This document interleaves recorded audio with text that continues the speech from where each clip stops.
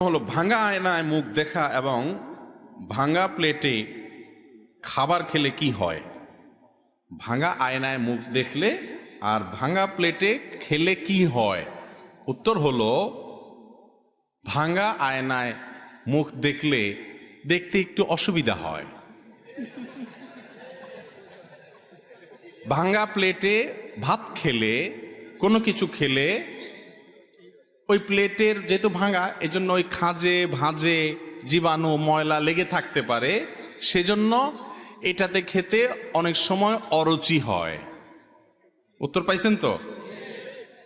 কিন্তু যে উত্তর আশা করছেন সেটা হলো যে ভাঙা প্লেটে খাইলে অমঙ্গল হয়, ভাঙা আয়নায় দেখলে কি হয়, ক্ষতি হয়। এগুলা সব আমাদের বানানো মাসালা, এগুলা সব আমাদের ইসলামের নামে কত ভুয়া কথা যে আমাদের সমাজে আছে, এর মধ্যে এগুলো একটা।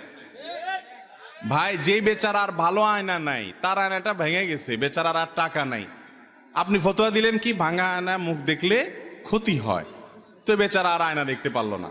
এটা কোনো আয়না দোকানদারে মাসালাটা বাইর করছে কিনা আমার সন্দেহ, যে আয়না যাতে বেচা হয়। কারণ আয়না ভাঙলে আর দেরি করা যাবে না, এটা দিয়ে চোখ দেখা যাবে না, মুখ